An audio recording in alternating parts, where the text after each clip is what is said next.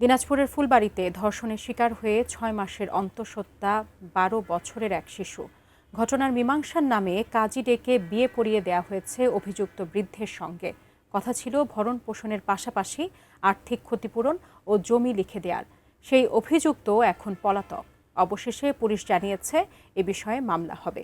সুষ্ঠু বিচারের আশায় আছে নির্যাতিতার পরিবার।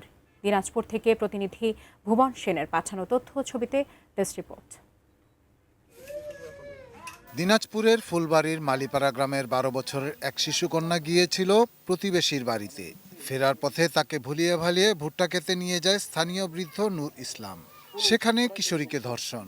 ঘটনা ৬ মাস আগের। সেই শিশু এখন অন্তঃসত্ত্বা, দিশেহারা তার পরিবার। এদিকে ডাক্তারি পরীক্ষায় অন্তঃসত্ত্বা হওয়ার বিষয়টি নিশ্চিত হওয়ার পর সপ্তাহখানেক আগে তড়িঘড়ি করেই ৬৫ বছরের বৃদ্ধ নূর ইসলামের সঙ্গে সাজানো বিয়ে পড়ানো হয় ১২ বছরের শিশুর। সে বিয়েতে কাজী এসে শূন্য রেজিস্ট্রি খাতায় শিশুটির স্বাক্ষর নিয়ে নেয়। বিয়েতে কথা ছিল ভুক্তভোগীকে ভরণ পোষণের পাশাপাশি আর্থিক ক্ষতিপূরণ ও জমি লিখে দেওয়ার। সে আশাতেই বিয়েতে রাজি হয়েছিলেন শিশুটির হাঁটতে চলতে না পারা বাবা ও অসহায় পরিবার। ওরা কাছে যে এমন করলে তোমাদের টাকা যাবে, মাছ যাবে, টাকা খাবে, সবকিছু খাবে। আর থেকে এটা আমরা মীমাংসা করে দিই, টাকাও খাবো না, কিছুও খাবো না। এই তো কাজে করছে, খালি নামটা সই করে নিচ্ছে। আমি বিশেষ চাইছিলাম তো। আমি দৌড়াদৌড়ি করা পারি না, আমি পঙ্গু মানুষ। কোন দিকে থেকে কোন দিকে যাব? একটা পরিবারের দ্বারা কিভাবে চলবো? চতুর্দাই কইরা হয়েছে দেখুন দিয়া দেবো। ১.৫ লাখ টাকা মহরানা আর হলো ২ শতক জায়গা মেয়ের নামে দিয়ে দিচ্ছি। ভবিষ্যতে মেয়েটা জায়গাটা ধরে থাকতে পারবে। এখন আর কি করবো? এদিকে ঘটনা জানতে পেরে বৃহস্পতিবার সেখানে হাজির হয় পুলিশ।